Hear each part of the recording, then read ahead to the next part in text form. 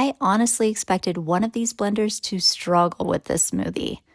Frozen mango, peaches, strawberries, pineapple, chia seeds, and half a banana. This is the kind of mix that usually exposes weak blenders fast. Today I'm comparing the Ninja Nutri Blend to this Sangcon 1000 watt smoothie blender because on paper they're surprisingly similar, but one costs quite a bit less. So the question is, can a small budget brand actually compete with Ninja? First thing I noticed is the setup. The Ninja comes with 3 18-ounce cups and lids, which is nice if multiple people in the house are using it. The Sangcon is a little different. It comes with 3 different size cups instead. A small 300 milliliter, medium 500 milliliter, about the same size as the Ninja cups, and larger 700 milliliter cup, plus lids and even a slip-on handle. And honestly, I can already see situations where these different size cups are more useful. Now, before I start blending, if you want real home product testing and comparison videos like this, especially kitchen gadgets, robot vacuums, mattresses, and products that actually get used in a busy house, subscribe. I test everything side by side so you can see what's actually worth buying. And if you want links to either blender, I'll have them in the description. So for this test, I used exactly the same ingredients in both: frozen mango, peach, strawberry, pineapple, milk, guava juice, chia seeds, and half a banana. Basically a worst case smoothie test. We've got frozen fruit with various textures, which can be hard to blend fully, and chia seeds, which are so tiny they are nearly impossible for these personal blenders to chop up.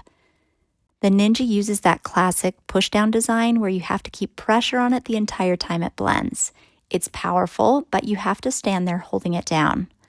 The Sangcon works differently. You press and twist and lock it into place, and then it runs on its own.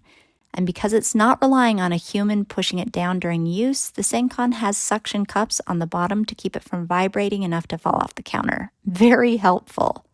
That sounds like a tiny thing, but during actual daily use, it makes the Sangcon feel a lot more convenient, especially if you're multitasking in the kitchen.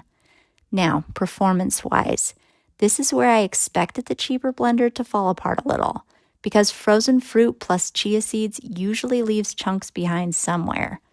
But both of these handled it really well. No fruit chunks, no weird texture, the chia seeds were completely blended, and both made really delicious frozen smoothies without any chia grit.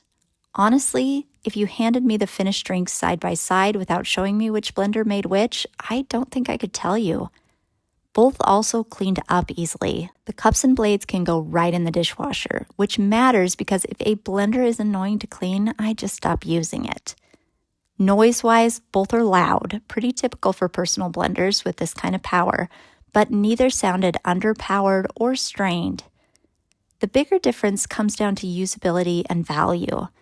The Ninja definitely feels familiar and proven. A lot of people already trust the brand, and it performed exactly the way I expected it to. But the Sangcon surprised me. The self-running lock feature is genuinely convenient, and the cup variety is actually useful. And performance-wise, it kept up with the Ninja the entire time. And then there's the price.